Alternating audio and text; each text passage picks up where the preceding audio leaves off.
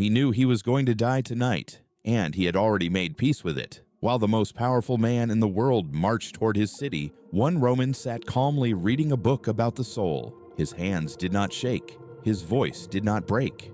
Everything he had built, everything he had fought for, was collapsing around him, and he felt no fear at all. How is that possible? How does a man lose everything and stay completely unbroken? Because he had trained for this exact moment his entire life, and the code he used still works today. Rome was dying, and everyone could feel it. The republic that had stood for nearly 500 years was cracking under the weight of one man's ambition. His name was Julius Caesar, and he was winning. City after city fell to him. Army after army bent the knee, and standing against him, refusing to bow, was a single stubborn senator named Cato. Cato the Younger. He was not the strongest general, he was not the richest man, but he was something more dangerous than either. He was incorruptible. When other senators took bribes, Cato refused. When they flattered the powerful, Cato spoke the truth to their faces. Men hated him for it, and men trusted him because of it. He walked through the streets of Rome without shoes sometimes, in the cold, on purpose. People thought he was strange, but Cato was doing something deliberate. He was teaching himself day by day that comfort was not necessary for survival. That discomfort could not break him. He was building a wall inside his own mind, brick by brick, long before the storm ever came. And here is the part almost no one understands. He was not preparing for war. He was preparing for loss. Because Cato had already accepted a terrifying truth that most people spend their whole lives running from. Everything he loved could be taken. His wealth, his city, his freedom, his life. All of it belonged to fortune, and fortune gives nothing permanently. So he made a decision that sounds insane at first. He decided to want none of it too badly, and that single decision was about to be tested in the most brutal way imaginable. The war reached its final hour. Caesar's forces closed in, and Cato found himself trapped in a coastal city called Utica in North Africa. The Republic was finished. Everyone knew it. The soldiers around him were terrified. Some wanted to surrender. Some wanted to flee across the sea. And they all looked to Cato because Cato did not panic. Think about what that takes. Everything he had lived for was gone. The cause was lost, and the men around him were falling apart. But Cato spent his final evening making sure everyone else was safe. He arranged ships. He calmed the frightened. He gave away his own means of escape so others could survive. He was the last man thinking of himself. Now stop for a moment, because you already know this feeling. Not the war, not the swords, but the collapse. You have felt the ground give way beneath something you built, the job that vanished overnight, the relationship that ended when you were sure it never would, the plan that fell apart after years of effort, and in that moment, you felt something claw at your chest. Fear. The raw animal fear of losing what you thought you could not live without. Most of us respond by gripping tighter. We panic. We beg the universe to put it back. We refuse to accept what is already happening. But Cato did the opposite. And what he did that final night reveals the first step of a code so powerful that psychologists are only now beginning to understand why it works.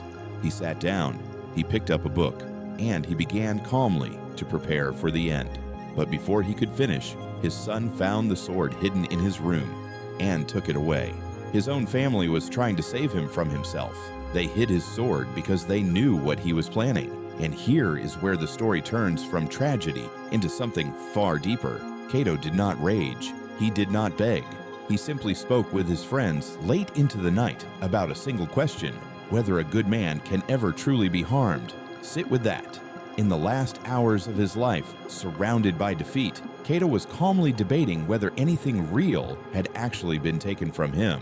This is the core of the entire code, and it is the part that changes everything. The Stoics believed there is a hard line running through your life. On one side are the things you control, your choices, your character, your response, your integrity. On the other side is everything else: your reputation, your money, your health, your safety, even your own body. And the great secret is this: everything on the far side of that line was never truly yours. It was loaned to you by fortune, and fortune can call it back at any moment, without warning and without permission. Most people spend their entire lives building their identity on the far side of that line. on the things they cannot control. So when fortune takes them back, and it always eventually does, they feel like they are being destroyed. But Cato had spent decades moving his sense of self to the near side, to the only territory no army could ever conquer, his own will. And this is where modern science quietly catches up to a man who died more than 2,000 years ago. The founder of modern cognitive behavioral therapy, one of the most effective treatments for anxiety ever created, openly credited the Stoics as his inspiration. The central idea is almost identical. It is not events that disturb us. It is our judgments about those events. When researchers study people who survive catastrophic loss without breaking, they find the same pattern again and again. The resilient ones do not deny their pain. They separate what they can change from what they cannot, and they pour all their energy into the first and release their grip on the second. That release is not weakness. It is the source of an almost unshakable strength. Cato was not numb that night. He felt everything, but he had trained himself to locate his freedom in the one place it could never be stolen. And when his friends finally went to sleep, believing they had calmed him, Cato quietly retrieved his sword, because his freedom to him meant one final choice, and he intended to make it himself. So, let us answer the question we started with. How does a man lose everything and stay unbroken? He does it by understanding, long before the crisis arrives, that his true self was never made of the things he was about to lose. Cato chose death over living under a tyrant, and you do not have to agree with that choice to learn from the mind behind it, because the code that let him face that night without fear is the same code that can carry you through the worst days of your own life. And it comes down to 3 steps you can practice starting tonight. Step 1. Draw the line. Take whatever is frightening you right now and split it in 2. On one side, write everything about it you actually control. Your next action, your effort, your attitude. On the other side, write everything you do not, the outcome, other people, the economy, the past. Just seeing that line on paper begins to loosen fear's grip, because fear feeds on the illusion that everything is your responsibility. Step 2. Practice the loss before it happens. The Stoics did something that sounds dark, but is secretly liberating. They called it negative visualization. Each morning, spend 60 seconds imagining the loss of something you love, your work, a person, your comfort, not to torture yourself, but to rob the fear of its power. Because a loss you have already faced in your mind can never ambush you in reality. And strangely, you will find you love those things more, right now, today, when you stop assuming they will last forever. Step 3. Root your identity where nothing can reach it. Stop saying, I am my job, I am my status, I am what others think of me. Start saying, I am how I respond, I am my choices, I am the way I carry myself when everything goes wrong. When your sense of self lives on the near side of that line, the world can take anything from you except the one thing that actually matters. Do these 3 things and something quietly shifts. The next time the ground gives way, you will notice you are still standing. Shaken maybe, but standing.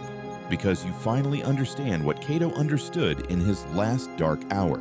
Everything you fear losing was always on loan. The only thing truly yours is how you meet the moment it is taken.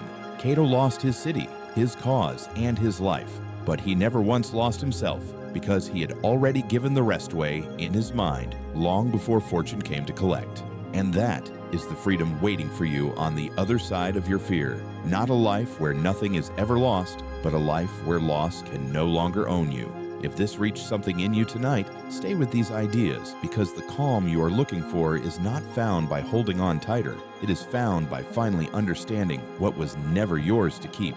Subscribe, and let us keep walking this path together.